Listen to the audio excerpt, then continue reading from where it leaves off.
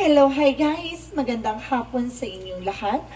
This is Chin Rodriguez, Mama Sagri Channel, a faith healer, also mata reader. So ngayong hapon, natatagan natin nagsasabihin sa iyo ng ating mga gabay. So this is weekly gabay for the month of April 1 hanggang April 7 for the sign of Aquarius. So Aquarius, welcome to my channel. Ano kayang messages, advices, and spirit guides ang ating masasaga for today's video? Kanino mo kayang energy o kaganapan sa buhay ng mga Aquarius ang ating mahagilap? So guys, this reading is a general reading lamang. Hindi lahat makaka-resonate, kunin lamang po makaka-relate sa inyo. And comment down below kung kaninong energy ang ating nasaga. And because don't forget to like and subscribe my channel and hit the notification bell for more videos update. Maraming salamat po sa mga walang sawang pagsuporta sa aking channel, lalo-lalo na ang hindi nag-i-skip ng ads. Naway pagpalain kayo ng Diyos at may kapal, siksik liglig na gumapaw na biyayang manong balik sa inyo. So let's see what is the messages, advices sa iyo ng ating Angel Spirit.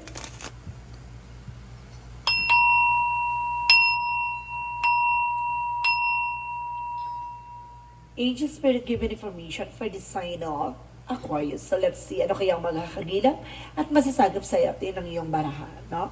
Let's watch this. Angel Spirit, let's give information. So there's a Three of Cups. So there's an celebration coming in for you. Ay kasi sinasabi dito may there's an events, family gathering, or something, homecoming.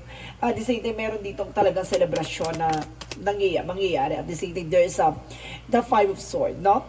There's a fair fight. At the same time, mag-ingit ka lang sa mga bagay-bagay na nasa paligid mo. Baka gamitin ito against sa'yo. Maging aware sa mga thoughts and information. Because there's a Queen of Cups, so there's a healing, no?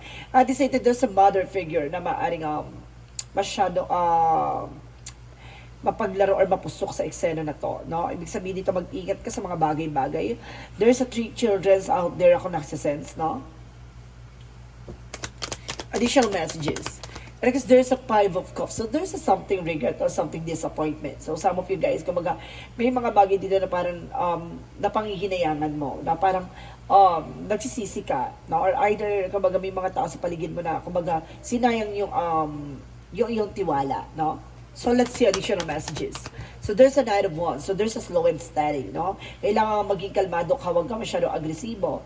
And because there's 3 mountains out there na sinasabi, nagre-represent na, kumbaga there's a nature, no? Kailangan mo siguro ng something na umalis o kumawala sa situation. At the same time, dito na kailangan unti-unti ka na makakabangon at unti-unti ka na makakalis sa situation mo, no?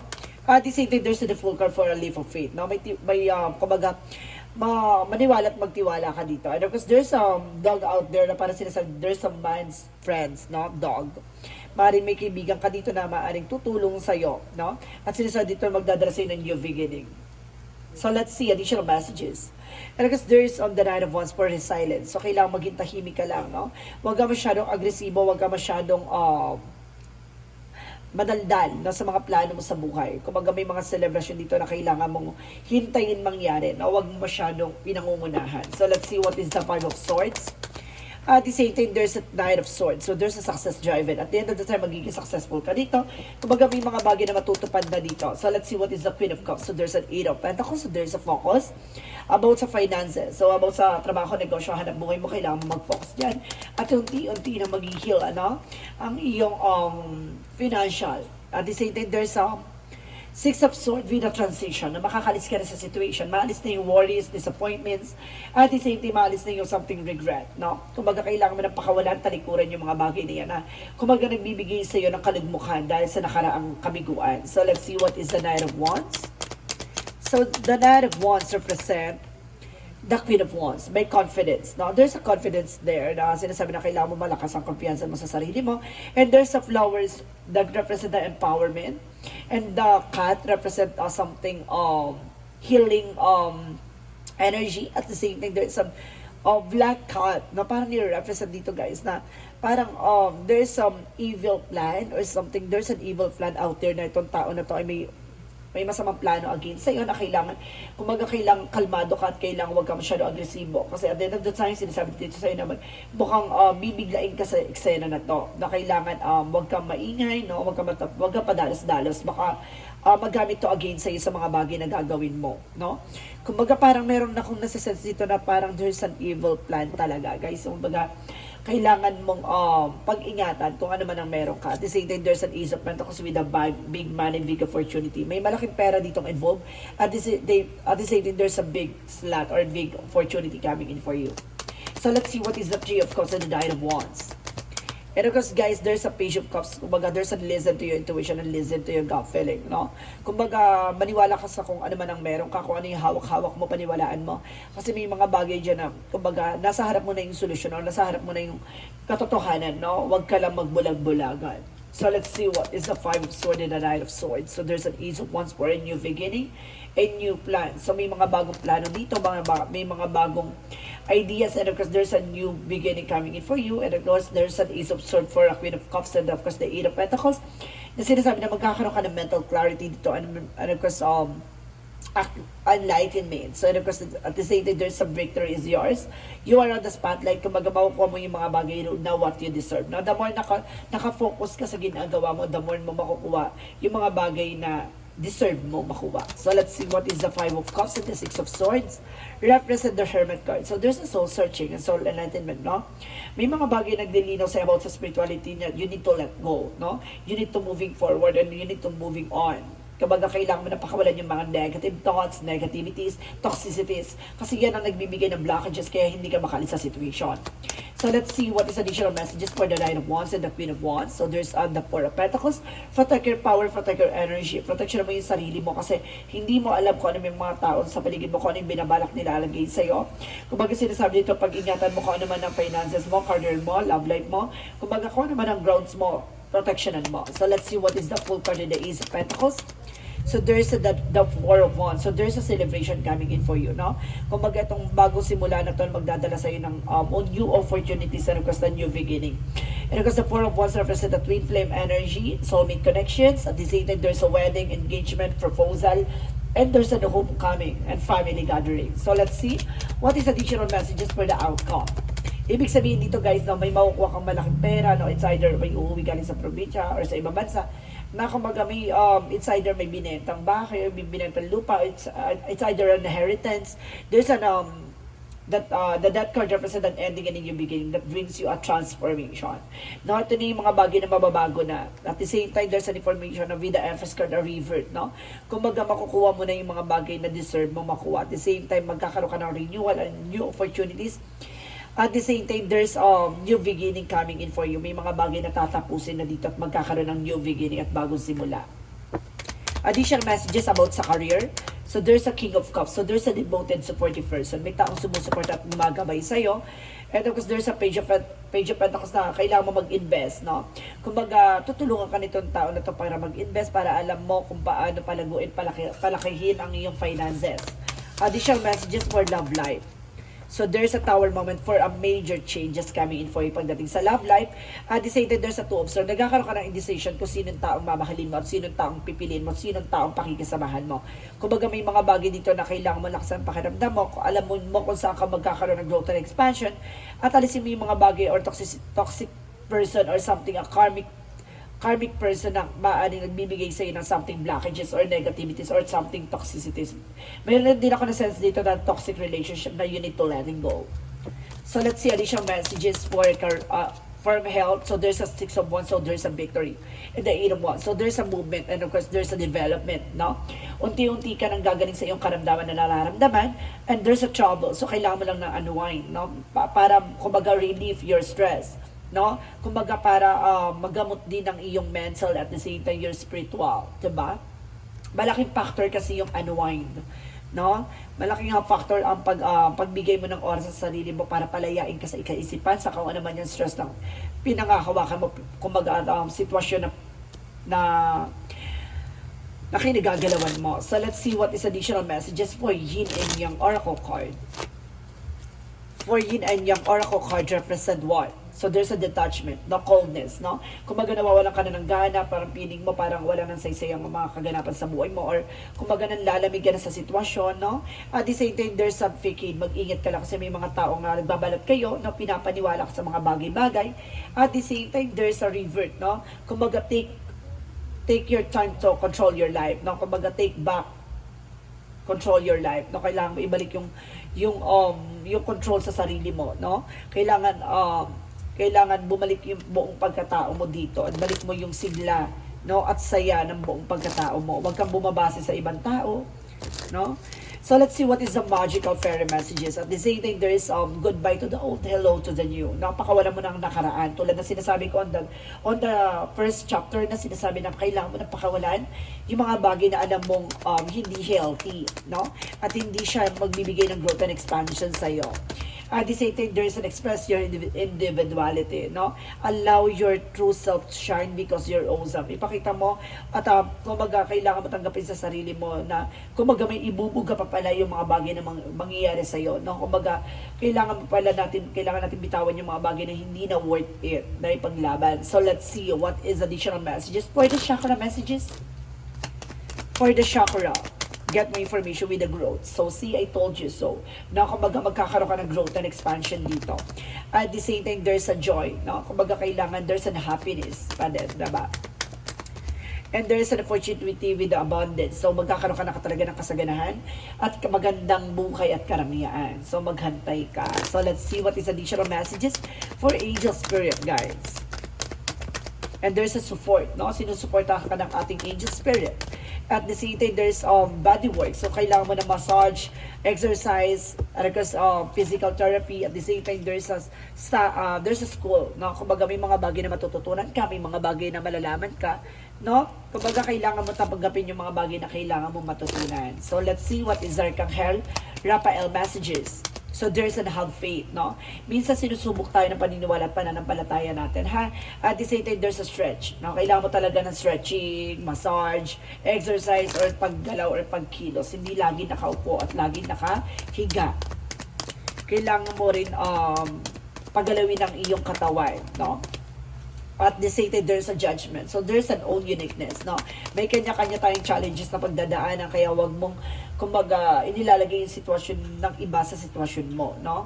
And there's a double clarification with the judgment. So, dalawa yung sinabi ng barahan ng judgment. So, ibig sabihin dito, this is the wake of call for you na kumbaga, kuha naman ang meron ka, be thankful, no? Be grateful kuha naman ang meron ka.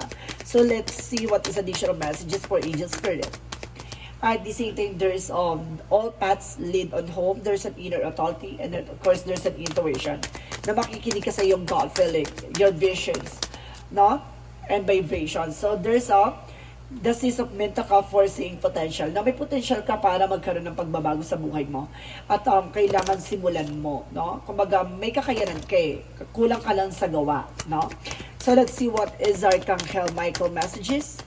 Siguro either natatakot ka, na ma-disappoint, natatakot ka, ma-reject. So, yun yung magsisilbing balakid kaya hindi ka magkaroon ng growth and expansion. And there's a romance angels are helping you. Nandito sa Arcangel Michael, para gabayan ka pagdating sa love life. And there's a shield yourself. So, sinasabi dito ng Arcangel Michael na protection mo yung sarili mo, pangalagaan mo, mag-set ka ng boundaries para hindi ka mapasukan ng kahit anong negativities and toxicities. At the same time, there's a decide to be happy now. Na kung hindi ka magdidesisyon na maging masaya ngayon, malulungkot ka hanggang pagdating ng panahon, no? Kumbaga, kailangan mong alisin yung lungkot-lungkutan, drama-dramahan, igo-iguhan, no? Kailangan mong bumangon at kailangan mong maging masaya ngayon at hanggang bukas at magpakailanman. And there's a conclusion or within reach na tama yung hinala mo, tama yung pangamba mo, tama yung mga bagay na pumapasok sa iyong isipan with an expect the powerful change. Naman na may mga bagay na mababago na nang biglaan na hindi mo inaasahan.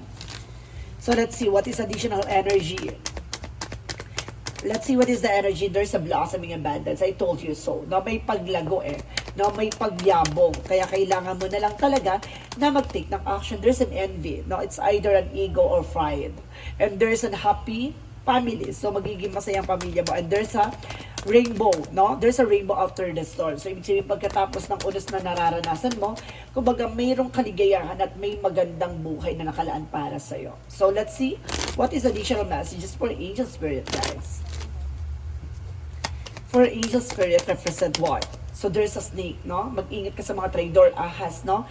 And there's a release. Kailangan mo nang pakawalan yan. Kasi baka nasa paligid mo lang yan, no? Huwag mo nang palakihin. Baka pag lumaki yan, tutuklawin ka at kakainin ka niyan. There is a transformation, magic, no? Kumbaga may mga pagbabago magaganap sa buhay mo. At the same time, there is a emotional, no? Emotions, no? Magiging emotional ka dito at or either magiging yung emotion na to, it's tears of joy, no? Wag naman sanang it's a pain, no? Wag namang pain. Kailangan dito tears of joy, no? Yung kaligayahan na yan, kaya ka umiyak para sa kaligayahan. And there's a romance angel, so there's engagement. So see, talaga magkakaroon ng engagement dito. And something higher level of commitment. At the same time, there's a free yourself. See, kailangan mong pakawalan yung sarili man. It's time to take back control of your life. So let's see what is the angel's answer. Sa angel's answer represent, guys, so there's an information with in the near future. Now, ngayon na malapit na ang future mo. So, ito na yung mangyayari, malapit na mangyayari yung mga bagay na dapat mangyayari. And there's a forgiveness, no? Kapatawaran, pagpapatawad, hindi siguro para sa kanila, para sa sarili mo. Now, let's see what is the digital angel's answer. So, there is a taken action. See, kinukulang ka lang sa movement or pag-actions, no? Kailangan mo ng kumilos, gumalaw. Na kung gusto mo may mabago sa buhay mo, ngayon pa lang simulan mo na. Jesus' loving quote said, "Be a good comfort, your faith has been built." So see, kumbaga mabuti manlingkod ka na sa ating Panginoon, no? Maging tapat ka at maging tumulong ka sa mga taong nangangailangan or kailangan mo maging mabuti, no? Para sa ibang tao at para sa sarili mo, no? Kumbaga ibibigay sa iyo ng ating Panginoon at bigay mo lang daw ang buong pananampalataya at tiwala mo. So let's see what is additional angel's number. Angel's number represents 888. Wow, karma. So this is the opportunity for you na 888 kasi nag-represent sa akin ng big money and big opportunity and potential for abundance, no? 888 kasi sabi ang pinapakita talaga sa akin is success and something wealth cycles, no? What goes around comes around. So ibig sabihin dito, kung ano man yung mga ginawa mo, babalik sa'yo kasi nga naman, karma is coming. So there's a lot of money is coming your way. Fortune refers to more than just monetary and material success. If you don't appreciate the people in your life now, you won't have them tomorrow. This message encourages you to take personal responsibilities and use it, realize your greatest potential. So see, kumbaga ikaw yung gagawa ng bagay na ikabubuti mo at ikasasama mo. Lahat ng mga gagawin mo, lahat ng mga bagay na yun mag-i-impact sa'yo. So, ibig sabihin dito, kailangan mong kumilos, kailangan mong gumalaw kasi lahat ng mga bagay na yan ay ibabalik sa iyo in a good way, in a good matter. So, let's see what is the synchronicities.